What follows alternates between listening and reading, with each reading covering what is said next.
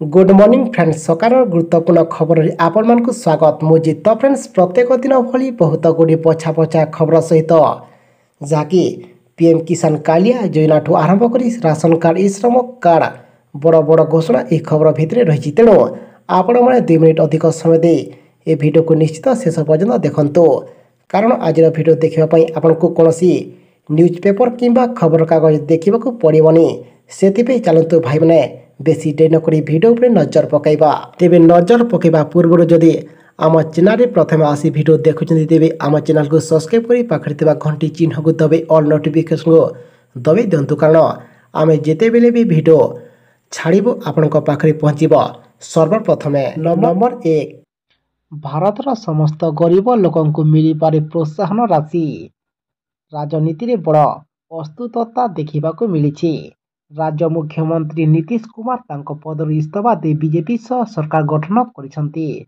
तेबे आगामी अंतरीण बजेट केंद्र सरकार बिहार सरकार एक योजना को सबुज संकेत दे पारंती यार प्रत्येक लाभ निर्वाचन रे देखा मिलिबो इठारे सूचना योग्य जे बिहार सरकार मासकु 6000 टंका कम आय थिबा 94 लाख गरीब परिवार को 2 लाख टंका देबाको घोषणा करिसंती याको दृष्टि रखी अंतरीण बजेट यह योजना को केंद्र सरकार आपणिबार संभावना देखा देछि।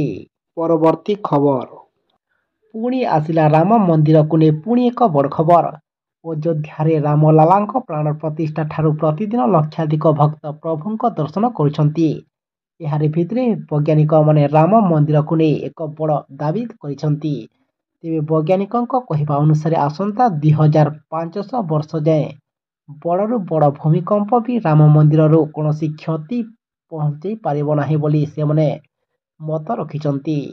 परवर्ती खबर पुणी समस्त छात्र छात्री नवीन का बड़ निष्पत्ति छात्र छात्री भविष्य को उज्जवल करिछि शिक्षा क्षेत्र में उचित मार्ग देखाइछि 5T स्कूल रूपांतरीकरण नुआ जागरण सह पिलांक मध्य भरिछि नुआ ऊर्जा 5T स्कूल रूपांतरीकरण चतुर्थ पर्यायर सोमवार 5टी जिलार 343 रूपांतरित हाईस्कूल को लोकार्पित करिसंती माननीय मुख्यमंत्री नवीन पट्टनायक।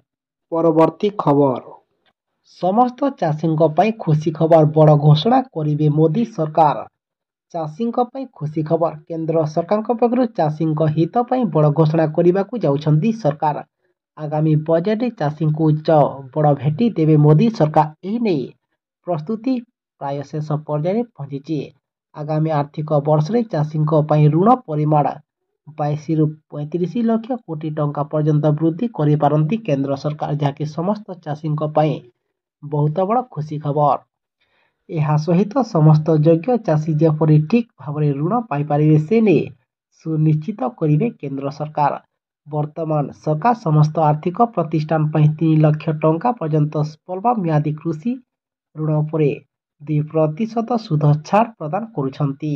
परवर्ती खबर समस्त रोगी नवीन का पुणी बड़ पदक्षेप आउ दुर्घटना जो रास्ता पर चलीजीव नहीं जीवन फोन आसबार 10 मिनिट मध्य आहत रोगी निकट में पहुंचब सरकारी आम्बुलांस एथिपे स्वास्थ्य एवं परिवार कल्याण विभाग 2027 सुधा 1200 नुआ आम्बुलांस आणिब प्रति वर्ष 300 लेखाएं आम्बुलांस रोगी सेवार नियोजित करने निष्पत्ति होइछि। परवर्ती खबर सरकार नुआ लक्ष्य 30 सहर हेब भिकारी मुक्त 30टी सहर को विक्षोभ मुक्त करिब बीजेपी सरकार एमिति नारा सहित निज नुआ लक्ष्य स्थिर कर सारिछंती केंद्र सरकार देशर 30टी सहर को भिकारी मुक्त कर समस्त को थैथान करने सरकार प्रस्तुत होउछंती एथिपे 30टी सहरर तालिका मध्य प्रस्तुत हो सारिछि। परवर्ती खबर आसिला पुणी शिक्षक आंदोलन को ने पुणी बड़ खबर पुणी गर्जिले शिक्षक भुवनेश्वर लोयर पीएमजी रे पुणी धारणा रे बसिले प्राथमिक शिक्षक शिक्षयित्री बारंबार धारणा रे बसिबा सत्ते समस्यार समाधान किंबा सुधुरु नाहांती सरकार तेणु पुणी थे मुहरे कलापट्टी बांधी धारणा रे बसिछि शिक्षक संघ ठिका नियुक्ति उठे नियमित शिक्षक भाव में दाबी अड़ी बसिछि संघ। परवर्ती खबर आसिला पुणी समस्त गैसधारी पुणी खुशी खबर केंद्र सरकार अधीन मोदी सरकार द्वारा 2024 ବଜେଟ୍ ଉପସ୍ଥାପନ କରିବାକୁ ଆଉ ବାକି ଗୋଟେ ଦିନ ଅଛି, ଯେଉଁ କାରଣରୁ ଦେଶବାସୀଙ୍କୁ ବଜେଟ୍ କିଛି ଆଶ୍ୱସ୍ତି ମିଳିବ ବୋଲି ଆଶା କରାଯାଉଛି। ଏଭଳି ସ୍ଥିତିରେ ଦେଶର ଲୋକଙ୍କ ଆଖି ବଜେଟ୍ 2024 ଉପରେ ରହିଛି, କାରଣ ଚଳିତ ବର୍ଷ ଲୋକସଭା ନିର୍ବାଚନ ଅନୁଷ୍ଠିତ ହେବ। ସେହିପରି ମହିଳାଙ୍କ ଉପରେ ମୁଦ୍ରାସ୍ଫୀତିର ଭାର ହ୍ରାସ କରିବାକୁ ଏଭଳି ଏଲ୍‌ପିଜି ସିଲିଣ୍ଡର ଉପରେ ବଡ଼ ଘୋଷଣା ମଧ୍ୟ ହୋଇପାରେ। ଗଣମାଧ୍ୟମ ରିପୋର୍ଟ ଅନୁସାରେ ଉଜ୍ଜ୍ୱଲା ଯୋଜନା ଅଧୀନରେ ଦିଆଯାଇଥିବା ସବସିଡି ଆହୁରି ବୃଦ୍ଧି କରାଯାଇପାରିବ। ପରବର୍ତ୍ତୀ ଖବର ଆସିଲା ପୁଣି ପାଣିପାଗ ସୂଚନାକୁ ନେଇ ପୁଣି ବଡ଼ ଖବର। ପୁଣି ଭିଜିବ ଓଡ଼ିଶା। 31 ତାରିଖରୁ ରାଜ୍ୟରେ ବଦଳିବ ପାଗ। ପଶ୍ଚିମା ଝଡ଼ ପ୍ରଭାବରେ ରାଜ୍ୟରେ ପୁଣି ବର୍ଷା ହେବ ବୋଲି ପୂର୍ବାନୁମାନ କରିଛି ଆଞ୍ଚଳିକ ପାଣିପାଗ କେନ୍ଦ୍ର। ତେବେ ବିଶେଷ କରି ଉତ୍ତର ଆଭ୍ୟନ୍ତରୀଣ ଓଡ଼ିଶାର ଅଧିକାଂଶ ଜିଲ୍ଲାରେ ହାଲୁକାରୁ ମଧ୍ୟମ ଧରଣର ବର୍ଷା ହେବାର ସମ୍ଭାବନା ରହିଛି। ତେବେ 31 ତାରିଖରେ ଝାରସୁଗୁଡ଼ା, ସୁନ୍ଦରଗଡ଼, କେନ୍ଦୁଝର ଏବଂ ମୟୂରଭଞ୍ଜରେ ହାଲୁକା ବର୍ଷା ନେଇ ଆକଳନ କରାଯାଇଥିବା ବେଳେ 1 ତାରିଖରେ ବାଲେଶ୍ୱର, ସୁନ୍ଦରଗଡ଼, କେନ୍ଦୁଝର ଏବଂ ମୟୂରଭଞ୍ଜରେ ହାଲୁକା ବର୍ଷା ହୋଇପାରେ ଏବଂ 4 ତାରିଖ ସକାଳ 8:30ଟା ପର୍ଯ୍ୟନ୍ତ ପଶ୍ଚିମା ଝଡ଼ ପ୍ରଭାବ ବର୍ଷା ହେବ। ପରବର୍ତ୍ତୀ ଖବର ପୁଣି ଆଗକୁ କମିପାରେ ଏହିସବୁ ସାମଗ୍ରୀର ଦର। ଫେବୃଆରୀ ପହିଲାରେ ସାଧାରଣ ବଜେଟ୍। ମୋଦି ସରକାର ଦ୍ୱିତୀୟ ପାଳିର ଶେଷ କିନ୍ତୁ କାମଚଲା ବଜେଟ୍। ଲଗାତାର ଷଷ୍ଠ ଥର ପାଇଁ ବଜେଟ୍ ଆଗତ କରିବେ ଅର୍ଥମନ୍ତ୍ରୀ। ଆଗକୁ ସାଧାରଣ ନିର୍ବାଚନ, ଏଣୁ କାମଚଲା ହେଲେ ମଧ୍ୟ ବଜେଟ୍ ଲୋକାଭିମୁଖୀ ହେବା ଆଶା କରାଯାଉଛି। ତେବେ ମଧ୍ୟବିତ୍ତ ବର୍ଗକୁ ଖୁସି କରିବା ପାଇଁ ଅର୍ଥମନ୍ତ୍ରୀ କିଛି ଆୟକର ରିହାତି ଘୋଷଣା ମଧ୍ୟ କରିପାରନ୍ତି ଏବଂ ଆଗକୁ ସାଧାରଣ ନିର୍ବାଚନକୁ ଦୃଷ୍ଟିରେ ରଖି ପୁଣି ଏଥିରେ ଅନେକ ଜିନିଷ ଏବଂ ଇଲେକ୍ଟ୍ରୋନିକ୍ସ କିମ୍ବା ପ୍ଲାଷ୍ଟିକ୍ ସାମଗ୍ରୀ କିମ୍ବା ଔଷଧ 50% ପୁଣି ଶସ୍ତା ହୋଇପାରେ ବୋଲି ଏବେ ଆଶା କରାଯାଉଛି। ପରବର୍ତ୍ତୀ ଖବର ଆସନ୍ତା ଏହି ତାରିଖରେ ରାଜ୍ୟସଭା ନିର୍ବାଚନ ତାରିଖ ଘୋଷଣା। ଆସନ୍ତା ଫେବୃଆରୀ 27ରେ ହେବ ରାଜ୍ୟସଭା ନିର୍ବାଚନ। ଏନେଇ ତାରିଖ ଘୋଷଣା କରିଛନ୍ତି ମୁଖ୍ୟ ନିର୍ବାଚନ କମିଶନ।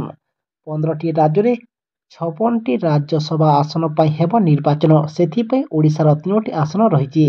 ଆସନ୍ତା ଏପ୍ରିଲ 3ରେ ପ୍ରଶାନ୍ତ ନନ୍ଦ, ଅଶ୍ୱିନୀ ବୈଷ୍ଣବ ଏବଂ ଅମର ପଣ୍ଡାଙ୍କ ରାଜ୍ୟସଭା କାର୍ଯ୍ୟକାଳ ଶେଷ ହେଉଛି ଏବଂ ଫାଙ୍କା ପଡ଼ିବାକୁ ଥିବା 3ଟି ଆସନରେ ନିର୍ବାଚନ ହେବ। ରାଜ୍ୟସଭା ନିର୍ବାଚନ ପାଇଁ 8 ଫେବୃଆରୀରେ ବିଜ୍ଞପ୍ତି ପ୍ରକାଶ ପାଇବ। ସେହିଭଳି 15 ଫେବୃଆରୀ ସୁଦ୍ଧା ନାମାଙ୍କନ ପତ୍ର ଦାଖଲ କରିପାରିବେ ପ୍ରାର୍ଥୀ। 16 ତାରିଖରେ ନାମାଙ୍କନ ପତ୍ର ଯାଞ୍ଚ ହେବ ଏବଂ 20 ଫେବୃଆରୀ ସୁଦ୍ଧା ନାମାଙ୍କନ ପତ୍ର ପ୍ରତ୍ୟାହାର କରିପାରିବେ ପ୍ରାର୍ଥୀ। 27 ତାରିଖରେ ରାଜ୍ୟସଭା ନିର୍ବାଚନ ପାଇଁ ମତଦାନ ହେବା ସହ ଫଳାଫଳ ପ୍ରକାଶ ପାଇବ ଏବଂ ସକାଳ 9ଟାରୁ ଅପରାହ୍ନ 4ଟା ପର୍ଯ୍ୟନ୍ତ ମତଦାନ ହେବ ବୋଲି ବିଜ୍ଞପ୍ତି ପ୍ରକାଶ ପାଇଛି। ପରବର୍ତ୍ତୀ ଖବର ଏହି ମହିଳାଙ୍କୁ ମିଳିବ 1,000 ଟଙ୍କା। ମୋଦି ସରକାର ମହିଳାଙ୍କ ଉନ୍ନତି ତଥା ବିକାଶ ପାଇଁ ନିରନ୍ତର ଉଦ୍ୟମ କରୁଛନ୍ତି। ଏହି କ୍ରମରେ ମୋଦି ସରକାର ହିତାଧିକାରୀଙ୍କୁ 3,000 ନୁହେଁ ବରଂ ମାତୃ ବନ୍ଦନା ଯୋଜନା ଅଧୀନରେ 2ଟି କିସ୍ତିରେ 5,000 ଟଙ୍କା ଦେବାକୁ ନିଷ୍ପତ୍ତି ନେଇଛନ୍ତି। ଯଦି ଆପଣଙ୍କ ଦ୍ୱିତୀୟ ଥର ଝିଅ ଜନ୍ମ ହେଉଛି ତେବେ ଅତିରିକ୍ତ 1,000 ଟଙ୍କା ମିଳିବ। ପରବର୍ତ୍ତୀ ଖବର ପୁଣି ବଢ଼ିଲା ନବୀନଙ୍କ କାର୍ଡ ଆବେଦନ ତାରିଖ। ବିଜୁ ସ୍ୱାସ୍ଥ୍ୟ କଲ୍ୟାଣ ଯୋଜନା ନବୀନ କାର୍ଡ ପାଇଁ ଆବେଦନ ଅବଧିକୁ ପୁଣି ବୃଦ୍ଧି କରାଯାଇଛି। ଗ୍ରାମାଞ୍ଚଳର ପ୍ରତ୍ୟେକ ଯୋଗ୍ୟ ବ୍ୟକ୍ତି ଯେପରି ଏଥିରୁ ବଞ୍ଚିତ ନ ହେବେ ତାହାକୁ ଦୃଷ୍ଟିରେ ରଖି ସରକାର ଦ୍ୱିତୀୟ ଥର ଅନଲାଇନ୍ ଦରଖାସ୍ତ କିମ୍ବା ବରଖାସ୍ତ ପଞ୍ଜୀକରଣ ସମୟସୀମାକୁ ଆସନ୍ତା ଫେବୃଆରୀ 8 ତାରିଖ ପର୍ଯ୍ୟନ୍ତ ବଢ଼ାଇବା ନେଇ ଗତକାଲି ସ୍ୱାସ୍ଥ୍ୟ ବିଭାଗ ପକ୍ଷରୁ ସୂଚନା ଦିଆଯାଇଛି। ପରବର୍ତ୍ତୀ ଖବର ଆସିଲା ପୁଣି ପିଏମ୍ କିଷାନ ଯୋଜନାକୁ ନେଇ ବହୁତ ବଡ଼ ଖୁସି ଖବର। 6,000ରୁ 9,000 ଟଙ୍କା ହୋଇପାରେ ପିଏମ୍ କିଷାନ ଟଙ୍କା।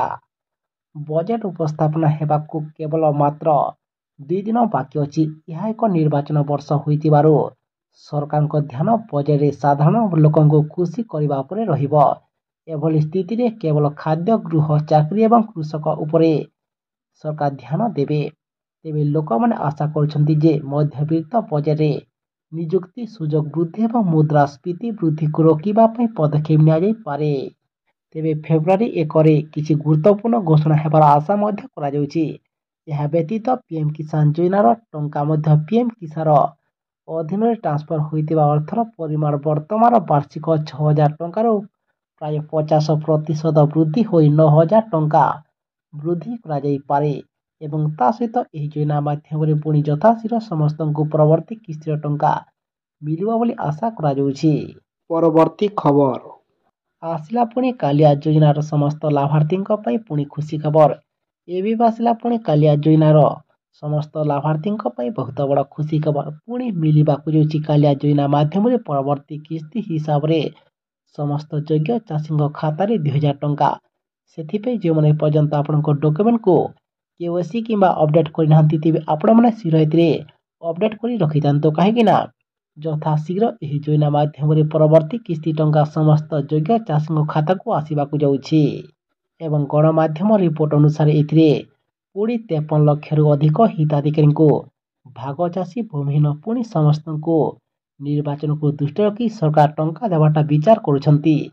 ସେଥିପାଇଁ ଆମେ ଆପଣଙ୍କୁ ରିକ୍ୱେଷ୍ଟ କରୁଛୁ କି ଆପଣମାନେ ଆମ ସହ ସଦାସର୍ବଦା ଯୋଡ଼ି ହୋଇ ରହିଥାନ୍ତୁ, କାହିଁକି ନା ଯେଉଁଦିନ ସରକାର ଟଙ୍କା ଦେବାଟା ଘୋଷଣା କରିବେ ଆମେ ଆପଣଙ୍କୁ ଆଉ ଗୋଟେ ଭିଡ଼ିଓ ମାଧ୍ୟମରେ ଆମ ଏହି ଚ୍ୟାନେଲ୍ ମାଧ୍ୟମରେ ଆମେ ଆପଣଙ୍କୁ ଜଣାଇଦେବୁ। ତାକୁ ଦେଖି ଆପଣମାନେ କନଫର୍ମ ହୋଇଯିବେ।